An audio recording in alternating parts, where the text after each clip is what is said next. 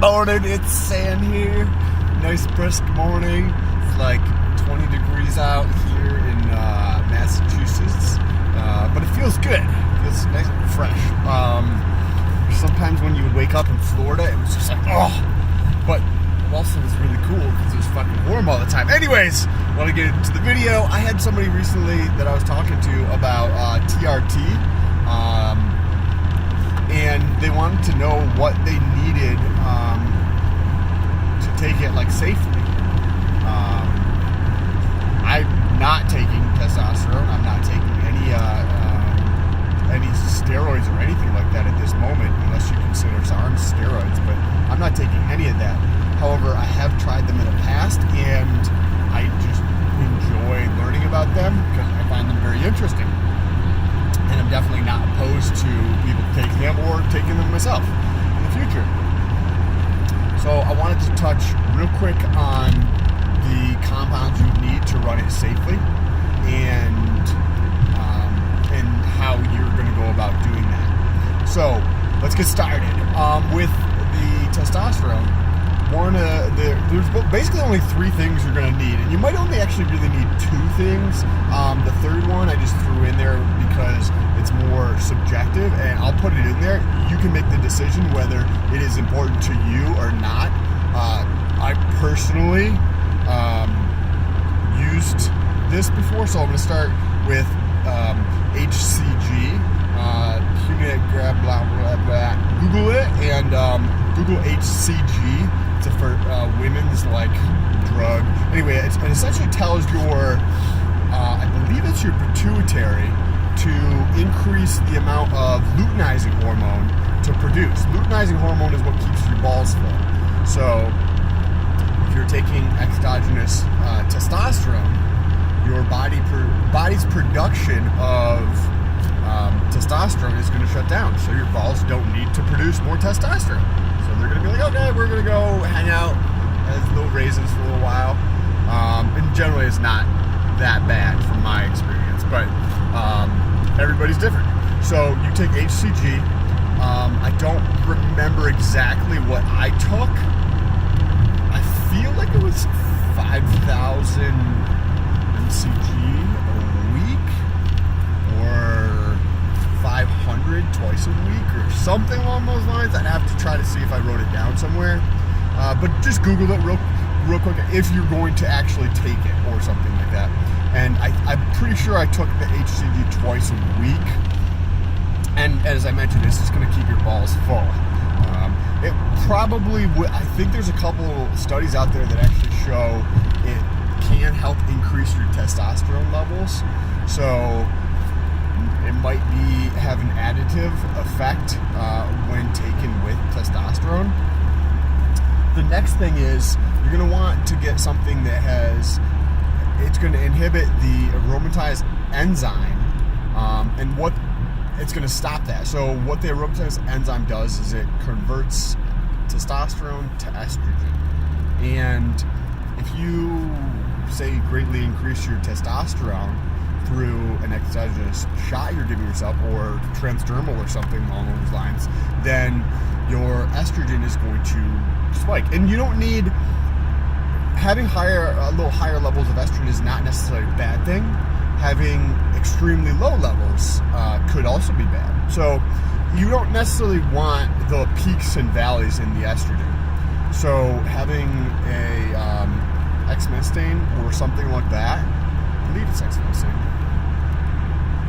I don't remember exactly which one I took, but having something along those lines, and if you leave a comment below, I'm sure somebody will be able to answer that for you, or leave a comment below and I'll answer it for you, and I'll actually look up the product or whatever. And so not everybody's going to need that. Not everybody has an issue with the estrogen, but if you were taking testosterone and it was converting, you like, think of like just moody, you know what I mean? You're like chilling and you realize that, like, you know,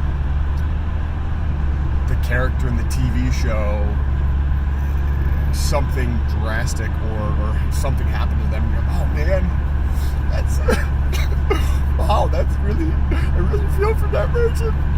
I mean, there's nothing wrong with that if that's cool, but some people don't like that. So that's where the aromatizing enzyme blocking that would be helpful. Also, you can get like gynecomastia at high levels and that kind of thing. So just controlling a little bit of that. I don't remember at all what dosage I took on that. But again, you can go through and you can do just a little bit of Googling or ask me down below in the comments, and I can try to figure out what if I wrote it down anywhere, what I took. But you don't need to go crazy and completely stop estrogen, as I mentioned, because having too low of an estrogen is it's gonna hurt your sex drive. It's gonna hurt your muscle gains more than likely. I never went that low, so I never had that issue. And from my experience, it dried out my joints a little bit. I don't know. You can let me know if your thoughts down below in the comments and see what else I'm missing. And then the third thing is you're gonna need testosterone. I think I was taking cypionate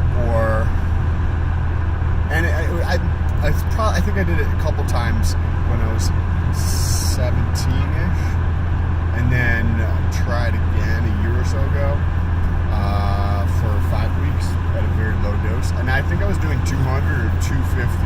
When I was 17, I think I went a little bit higher. I literally had no idea what the fuck I was doing when I was 17 and 18. But taking if you're not going to be going to a doctor, and you're planning to do this yourself, and none of this is actual medical advice, clearly. I don't know what I'm doing, this is just my experience.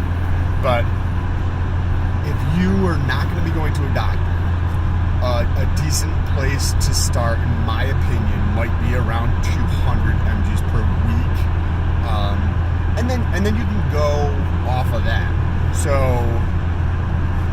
if you still feeling, maybe a little lethargic or tired or not having libido or whatever, maybe try 250. If that's a little bit too much, then drop it down to 150. Or if you're not sure at all and you've never tried anything like this before, maybe starting at 150 a week might be better. And the cypionate or enanthate, that's going to be personal preference.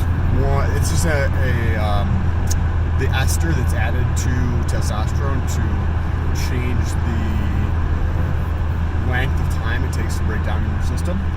So I think enanthate is like around a week to 10 days or something like that. Cypionate is a little bit faster.